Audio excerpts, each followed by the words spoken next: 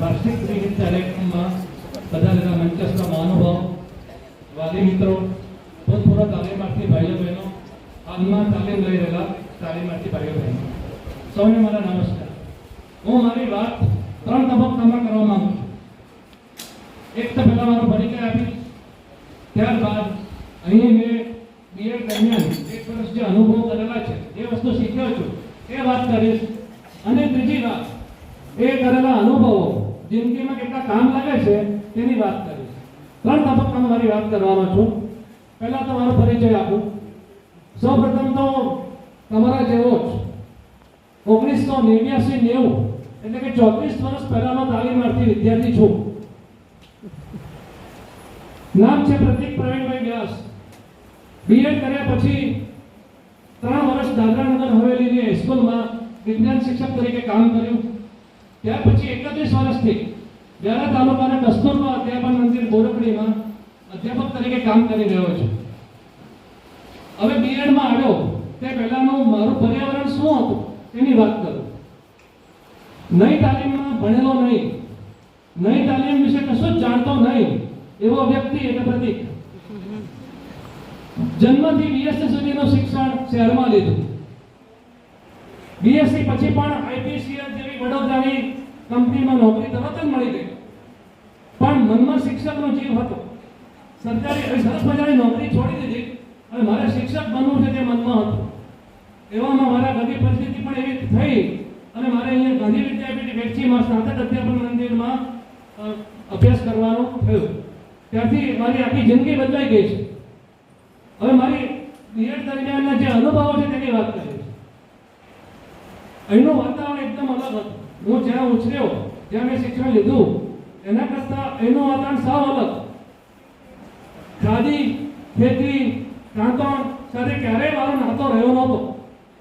આ બધા શબ્દો ક્યાંક સાંભળેલા હતા, પણ એથી વિશેષ કંઈ હતું નહીં. મારા માટે અહીં અનુકૂળ થવું બીજા બધા કરતાં થોડું અઘરું હતું. બધાને ઘરનાને મારી ચિંતા હતી કે આ સેટ થશે કે નહીં. પણ મારે તો શિક્ષક બનવું હતું. જે હોય તે મારે તો આ પરિસ્થિતિમાં ગોઠવવાનું હતું. અને એને કારણે નવી પ્રવૃત્તિ જાણવામાં મને રસ પણ પડ્યો. કારણ કે શિક્ષક બનવું અને બધી જ વસ્તુઓ જેમની જાણકારી હોવી જોઈએ. હવે પહેલા છાત્રાલય જીવનની વાત કરીશ. હું આજે વાત કરું છું 34 વર્ષ પહેલાની વાત કરું છું. મારા માટે છાત્રાલય જીવનનો અનુભવ પહેલી વખતનો હતો. ક્યારેય છાત્રાલયમાં રહ્યો નહોતો. આટલા બધા મિત્રો સાથે રહેવું પણ એક લાવો હતો. નવાઈની પણ વાત હતી કે આટલા બધા વિદ્યાર્થીઓ સાથે કેવી રીતે રહી શકે. ઘરમાં તો 2-3 ભાઈઓ બહેનો રહેતા હોઈએ તો આટલું મોટો પરિવાર કેવી રીતે રહી શકાશે. પણ એટલું નસીબ સારું, તમારા તાલીમાર્થી વાત કરી તેમ અહીંના તાલીમાર્થીઓ ભાઈઓ બહેનો બહુ સારા હોય છે અને મને સેટ થવામાં ખૂબ મદદ થયા. અને અધ્યાપક મિત્રો મને ખૂબ સારો સહકાર આપ્યો, જેથી કરીને 1 વર્ષનું બીએડ હું સારી રીતે કરી શક્યો. સમૂહમાં કેવી રીતે જીવવું, કેવી રીતે રહેવું, એકબીજાને મદદ કેવી રીતે કરવી, એ બધા ગુણો મને શીખવા મળ્યા. મેં કોઈને મદદ કરી નહોતી, બીએડ દરમિયાન મદદ લીધી હતી. ગૌશાળા સફાઈની વાત કરીએ ત્યારે તો ગૌશાળા હતી, અત્યારે ખબર નથી. ગૌશાળા, છાણ, ગાય, આ બધી વસ્તુઓ તો મારા માટે કલ્પનાના પાત્રો હતા. પ્રથમ દિવસે મારી ગૌશાળા સફાઈની ટુકડી આવી. શું દશા થઈ હશે વિચારજો. અને એમાં બીક લાગતી હોય ને એમાં પહેલા થાય. સફાઈ કરવા ગયો અને પગ લપસ્યો. આપણે કોઈ દિવસ ગયેલા તો હોય ને ગૌશાળામાં અને પગ લપસ્યો. સારું કે એને મિત્રો હતા એટલે મને પકડી લીધો અને બચી ગયો, કંઈ થયું નહીં. આ ગૌશાળાનો મારો અનુભવ. એને કારણે થોડું એ થયું કે સફાઈની શોખ તો દૂર થઈ. બધા મિત્રો સફાઈ કરે છે તો હું પણ કરી શકીશ એવો મને આત્મવિશ્વાસ તો આવ્યો. ત્યાર પછી રસોઈ ટોકરીની વાત કરીએ. ઘરે તો કોઈ પણ પ્રકારની મમ્મીને મદદ કરી હોય જ નહીં છોકરા હોવાના નાતે, પણ અહીંયા તો કરવું પડે.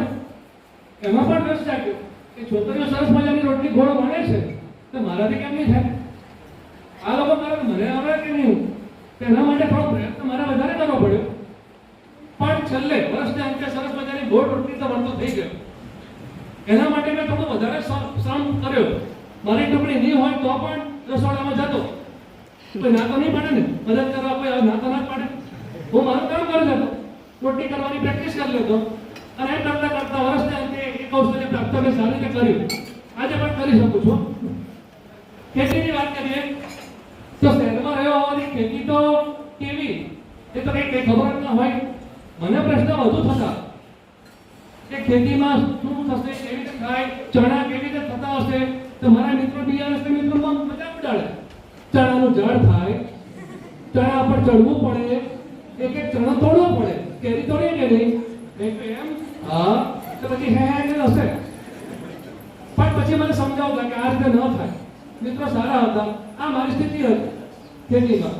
હવે તમારે એ વખતે વાત પણ કરતા હતા ત્યારે અમારા આચાર્ય દેવેન્દ્રભાઈ ટંડેલ અમને લઈ જાય ખેતરમાં અને નીંદવાનું કામ કે બને તો નીંદવાનું ખબર જ ના હોય, ભાત બધું કાઢી નાખો, નીંદણ રાખો. એ દેવેન્દ્રભાઈ જોઈ ગયા. મને કે ભાઈ પ્રતિક, તું નુકસાન વધારે કરે છે કામ કરે એના કરતા. મારી વાત, તું નહીં કરે તે પોસાય, નુકસાન કરે તે નહીં પોસાય. પછી મને કામ સોંપતા કે તું પાણી પીવડાવ બધાને, એ કામ કર, એમાં તને વાંધો નહીં આવે. એટલે મને મારા લાયક કામ આપતા હતા અને બધાને પાણી પીવડાવીને બધાને આનંદમાં રાખવાનો પ્રયત્ન મેં કર્યો. વાસણ પોતા ટુકડી આવે ત્યારે આમ સ્વાભાવિક જમ્યા પછી સાફ કરવાનો કંટાળો આવતો. મને ગમતું, કારણ કે જે ગંદુ થયેલું હોય અને ચોખ્ખું કર્યા પછી એક નજર કરવાની જે મજા આવતી, તો કેટલું સરસ ચોખ્ખું થઈ ગયું છે એનો આનંદ મને મળતો.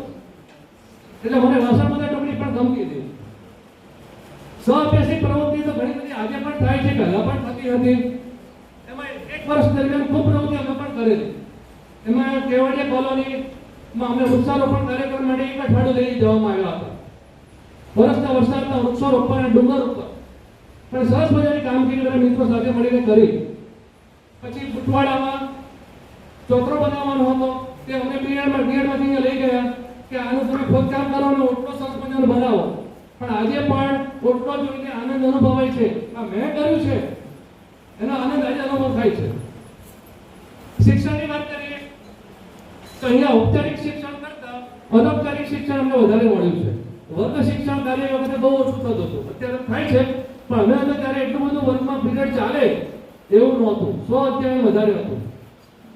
અનૌપચારિક શિક્ષણ વધુ મળ્યું છે. ગણિત વિજ્ઞાનના અધ્યાપક વસંતભાઈ વડવડે હતા, એમની પાસે ખૂબ શીખવા મળે. અમારી પાસે વિજ્ઞાનના ખૂબ કાર્યક્રમો કરાવતા.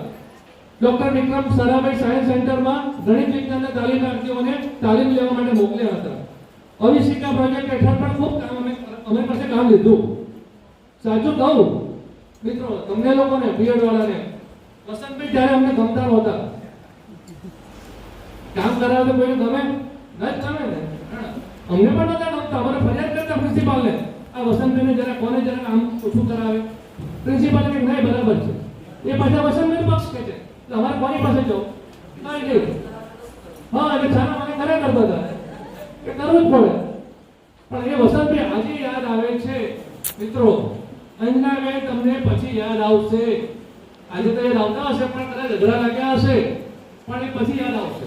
એ મને અનુભવ છે. એટલા માટે ઇન્ટર્નશીપમાં પણ કાર્યક્રમમાં ઊંડાણમાં પહોંચતા જવાનું, ત્યાં પણ મારી ટુકડીઓ વસંતભાઈ પાછા જેની ગમતા છે અધ્યાપક, એટલે એ ગમતા થઈ ગયા. ટૂંકમાં કહેવાનો મતલબ એ ગમતા અધ્યાપક થઈ ગયા. જે લાઈટ પણ નહોતી સમય ત્યારે મોટામાં વસંતભાઈ સરે એક અઠવાડિયું સરસ મજાનું કામ કર્યું. હવે ખબર પડે છે ગુરુજનો જે અમારી પાસે આગ્રહ રાખતા હતા એની પાછળ એમનો શું હેતુ શું હતો એ આજે આટલા ઉંમરે ખબર પડે છે. કાંતણ મંડળની વાત કરીએ તો કાંતણ અહીંયા ફરજિયાત 1 થી 2 બપોરના સમય કરાવવામાં આવતું હતું. તમે પણ કરતા હશો ને? હા, મેં ઘણા પ્રયત્નો કર્યા. સાચું કહું મને આવડ્યું નહીં. બહુ પ્રયત્ન. રોટલી તો આવડી ગઈ, રોટલી સરળ લાગી, પણ કાંતવાનું હજુ મને અઘરું લાગે છે, હજુ મને આવડતું નથી. એટલે એ 1 વર્ષ દરમિયાન ગમે તેમ પાસ તો થઈ ગયો કાંતણમાં, મિત્રોની મદદથી કૌશમાં પણ પાસ થઈ ગયો. અને એ કાંતણમાં મને ફાવ્યું નહીં. પ્રાર્થનાની વાત કરીએ તો એમની પ્રાર્થના ખૂબ સરસ હોય છે. પ્રાર્થના મોડે તો હોય જ નહીં, કારણ કે હું શહેરમાં ભણેલો, કેવી પ્રાર્થના કેવી વાત કઈ ખબર જ નહીં. છતાં પણ શાંતિથી બેસવાનું મન થતું પ્રાર્થના. પ્રાર્થના પછી ટુકડીના કામોને એવા જ કહેવામાં આવતો અને એમાં જીવન ઉપયોગી વાતો કરવાનું એક સ્થાન હોય તો પ્રાર્થના ખંડ. આજે એ વર્ષ 24 વર્ષ પહેલા પણ આ જ હતો કરતા નહીં હતો. ત્યારે અમે આ બાજુના બિલ્ડિંગમાં અભ્યાસ કરતા હતા. હવે આ બધી વાત મારી અનુભવની થઈ, પણ આ બધું જે શીખ્યો છું તે મને ક્યાં ક્યાં કામ લાગ્યું છે તેની હું વાત કરીને મારી વાત પૂરી કરીશ. અહીંથી લીધેલું શિક્ષણ મને ક્યાં ઉપયોગમાં આવ્યું. સફાઈની જે ચૂક હતી તે દૂર થઈ. આને કારણે હું કેમ્પસ અને ઘરમાં સફાઈ કરવાનું મને ગમે છે. ગૌશાળાના અનુભવને કારણે આજે ઘરના કે સંસ્થાના પાયખાના સફાઈ કરવામાં નાનો અનુભવ તો નથી. છાત્રાલયમાં લીધેલી મિત્રોની મદદ ને યાદ કરીને આજે બીજાને મદદ કરવાની ઈચ્છા થાય છે. રસોડા મંત્રી દ્વારા શીખેલ અનુભવોને આધારે એ વાત તો રહી ગઈ. રસોડામાં મને કોઠારી બનાવવામાં આવ્યું. કઈ આવડે નહીં એવાને કોઠારી બનાવ્યો. એ મારે શીખતા તો ખરો પ્રતિક. અને એ અનુભવ જે મળ્યો બજારમાંથી લેવા જવાનું, પછી અહીંયા હિસાબ રાખવાનો, સાંજે પ્રાર્થના પાછો અહેવાલ આપવાનો, તો ભોજન માં આટલા રૂપિયા આવ્યું એ વખત કેવું હતું એ બધી ગણતરી કરવાની. એ કામ મારા માથે આવ્યું. તો એ આજે મને કામ લાગે છે. એ વાત કે રસોડા મંત્રી દ્વારા જે અનુભવ થયેલો તે બોરકડીમાં 31 વર્ષથી કેમ્પસ પર એને કામ કરું છું. બોરકડીમાં તો રસોડાનો વ્યવહાર આજ સુધી હું કરું છું. એ બીએડના પ્રતાપે કરી શક્યો છું. બાકી આ હું અનુભવ મને નહીં મળ્યો હોત તો આજે હું બોરકડીમાં કામ ન કરી શક્યો હોત. છાત્રાલયના અનુભવ જે મને અહીંયા મળ્યા એને કારણે મારી સંસ્થામાં 91 દીકરીઓનું ધ્યાન કોઈ પણ ગુણવત્તા વગર હું અને સંગીતાને રાખી શકીએ છીએ. અહીંથી અમને શીખવા મળ્યું તો અમે રાખી શકીએ છીએ. વાસણ પોતા ટુકડીના અનુભવને કારણે આજે ઘરમાં જમ્યા પછી પ્લેટફોર્મ સાફ કરવાનું મન થાય છે. પ્રાર્થનાના સુંદર વાતાવરણ મળ્યાના કારણે આજે પણ સવાર અને સાંજની પ્રાર્થનામાં જવાનું મને ગમે છે. સહઅભ્યાસિક પ્રવૃત્તિઓ દ્વારા મેળવેલા અનુભવોને કારણે બોરકડીમાં પીટીસીની બહેનોને સહઅભ્યાસિક પ્રવૃત્તિઓ કેમ વધારે કરાવવી એનું મને મન થાય છે. ઔપચારિક શિક્ષણની સાથે સાથે અનૌપચારિક શિક્ષણ પણ બોરકડીમાં અમે આપીએ છીએ. થાળી પહેરતા શીખી ગયો છું. થાળી પહેરી નહોતી. થાળી 31 વર્ષની સંસ્થામાં થાળી પહેરું છું. એ અહીંથી મને શીખવા મળ્યું છે. બાકી એ બીએડ પહેલા ક્યારેક થાળી પહેરી નહોતી. જીવન સાથી પણ મને અહીંથી મળ્યા છે. સંગીતાબેન છે, તમે જાણો છો. અને એમની સાથે બોરકડીના કામ કરવાની તક પણ મને મળી છે. એક વર્ષમાં જો મને આટલું બધું મળ્યું હોય તો તમે તો નસીબદાર છો. 2 વર્ષ અહીંયા રહેવા મળ્યું છે. હિસાબ માંડજો, ગુણ્યા 2 કરજો, એટલું તમને શીખવા મળ્યું છે. અને છેલ્લે અહીંથી મેળવેલા જે શિક્ષણને કારણે જ હવે જે બોરકડીના કેમ્પસમાં રહીને કામ કરી શકાય છે. ઘણા મિત્રો કહે છે તમે આટલું બધું ભણ્યા છો તો શહેરમાં કેમ જતા નથી? પણ એ વિચાર અમને અહીંથી મળ્યો છે કે ગામડામાં જ રહીને કામ કરવું છે. અને એ મૂળ મને રોપાયેલા એને કારણે બોરકડીમાં ટકી શક્યા છે. અહીંથી મને જે મળ્યું છે એની વાત કરવાનો પ્રયત્ન કર્યો છે. તાલીમાર્થીઓને કહેવું છે કે આજે તમને અઘરું લાગશે પણ ભવિષ્યમાં મારી જેમ તમને ખૂબ કામ લાગશે એની ખાતરી આપું છું. સારા ઉજ્જવળ ભવિષ્ય માટે શુભેચ્છા. ડોક્ટર રંજનાબેન અને મહેશભાઈ તેમજ આયોજકોનો આભાર માનું છું કે મને મારા મનની વાત અહીંથી કરવાની તક આપી. ફરી સૌનો આભાર માની બેઠું છું.